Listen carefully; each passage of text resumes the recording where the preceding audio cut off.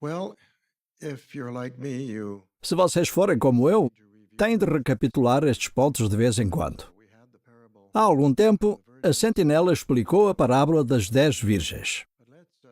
Vamos recapitular essa parábola e ver de que é que nos lembramos. Now we know that there Sabemos que há 10 virgens que estão à espera de que o noivo chegue. are waiting for a bridegroom to come. Now there are Há five 5 virgens sábias ou prudentes virgins, e 5 virgens tolas. five foolish virgins. Há uma diferença entre elas. The wise As sábias estão bem prevenidas. contingency. They not only have Além de terem óleo nas lâmpadas, também trouxeram óleo de reserva. oil as well, De certeza que o óleo é azeite virgem. olive oil. Mas por que é que as virgens sábias trouxeram tanto óleo? Porque estão dispostas a esperar até vir o noivo. Elas devem gostar muito do noivo. Ele é uma pessoa muito importante. E elas estão dispostas a esperar por ele. Elas querem assegurar que alguém recebe o noivo quando ele chegar. Já as virgens tolas estão dispostas a esperar, mas por pouco tempo. É bom que o noivo se despache, porque elas já não têm muito óleo nas lâmpadas e não trouxeram nenhum de reserva. Parece que elas estão mais preocupadas com elas mesmas. Bem, o noivo demora um pouco mais e todas as virgens adormecem. Mas à meia da noite ouve-se um grito, talvez a uma certa distância. Aqui está o noivo! Mas o noivo não aparece. Com isto, as virgens acordam, preparam as lâmpadas e ficam à espera. Mas o noivo continua sem aparecer. As lâmpadas das virgens tolas começam a apagar-se e elas percebem que estão a ficar sem óleo. Então, elas pedem às virgens sábias que lhes deem um pouco do óleo delas, mas as sábias não dão. Por quê? Será que são egoístas? Não. Elas são sábias. Se elas derem um pouco do óleo às virgens tolas, então nem elas nem as tolas vão ter o óleo que chegue e depois não vai haver ninguém para receber o noivo. E como o noivo é uma pessoa muito importante, elas querem que esteja lá alguém para recebê-lo quando ele chegar. Então, o que é que as virgens tolas fazem? Elas decidem ir à pressa àquela hora da noite a uma loja que esteja aberta 24 horas por dia para ver se conseguem comprar óleo, como se existissem lojas dessas no primeiro século. Entretanto, enquanto elas vão comprar óleo, o noivo chega e as virgens sábias entram na festa de casamento. É nos últimos dias que esta parábola se aplica. Como é que sabemos isso? Sabemos isso porque tudo o que está escrito em Mateus 24 e 25 refere-se aos últimos dias. Portanto, estamos a falar de uma coisa que acontece durante a presença de Jesus. Quem é que as virgens representam? Todos os ungidos. Não só o escravo fiel e prudente, mas todos os ungidos. Muito interessante. Mas como é que provamos isso? Que versículos podemos usar para provar que as virgens representam todos os ungidos e não apenas um pequeno grupo de pessoas, como o escravo fiel e prudente?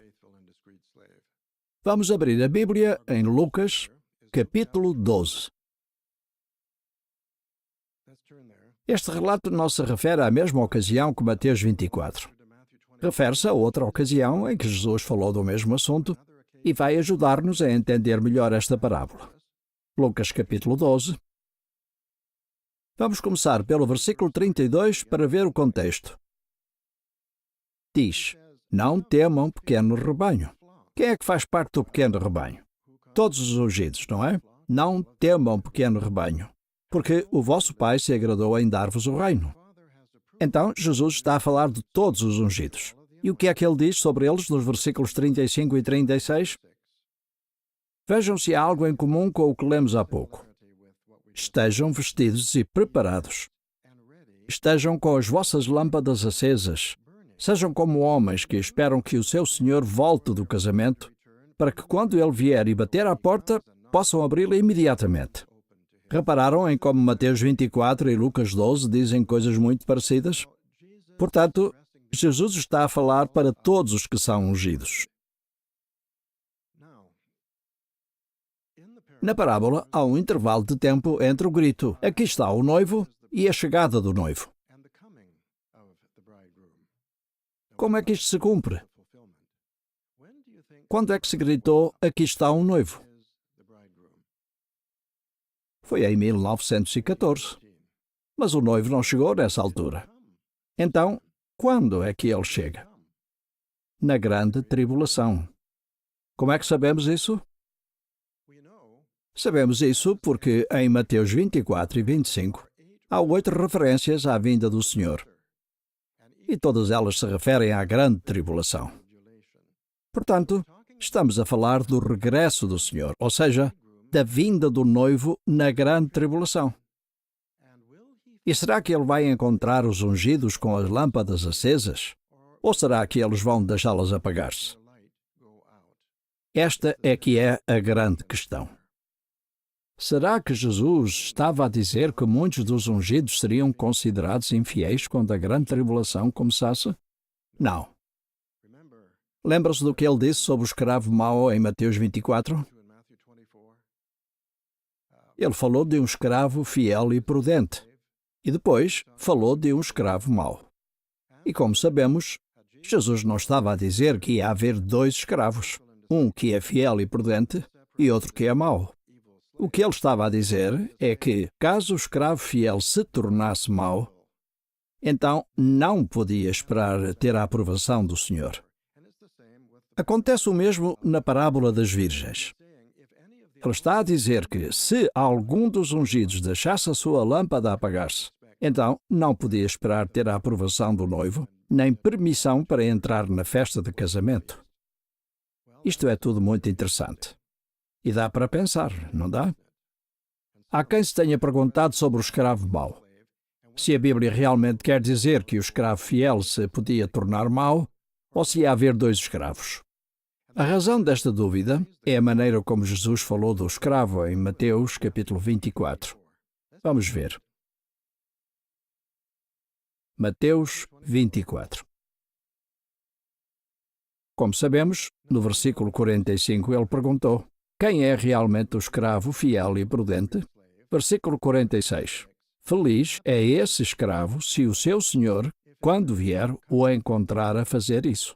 Depois, no versículo 48, ele diz: mas se esse escravo mau disser no coração: o meu senhor está a demorar. E depois, no versículo 50, diz: o Senhor virá e irá puni-lo com a maior severidade. Ao ler a expressão "se esse escravo mau", houve quem pensasse: então, não quer isso dizer que há outro escravo? Um escravo mau? Não. Mas por que não? Reparem no fim do versículo 48. Mesmo no fim, reparem que está lá uma referência cruzada. Qual é o texto dessa referência? Voltamos a Lucas, capítulo 12, mas agora aos versículos 45 e 46. Vamos ver se estes textos nos ajudam a entender melhor este assunto. Vamos a Lucas, capítulo 12, e vamos ler a partir do versículo 42. Não se esqueçam do que estamos a tentar saber. Será que Jesus estava a falar de 2 grupos? Um escravo fiel e um escravo mau? Ou estava a falar do escravo fiel se tornar mau? Vejam se o que Jesus disse nesta ocasião nos ajuda a tirar a dúvida. Versículo 42. Quem é realmente o mordomo fiel, o prudente, a quem o seu senhor encarregará do grupo de assistentes para lhes continuar a dar a sua medida de mantimentos no tempo apropriado? Feliz é esse escravo se o seu senhor, quando vier, o encontrar a fazer isso. Digo-vos a verdade, ele vai encarregá-lo de todos os seus bens. Era disto que Jesus estava a falar em Mateus 24. Mas agora, reparem no que Jesus disse no versículo 45. Mas se aquele escravo... Este é o tal escravo do versículo 43. Feliz é esse escravo. Mas se aquele escravo disser no coração: o meu senhor demora-se, e começar a espancar os servos e as servas, e a comer, a beber e a embriagar-se, o senhor desse escravo virá num dia que ele não espera e numa hora que ele não sabe, e irá puni-lo com a maior severidade. Está a falar do mesmo escravo, não está? Se esse escravo for fiel, vai ser recompensado. Se for infiel, será castigado.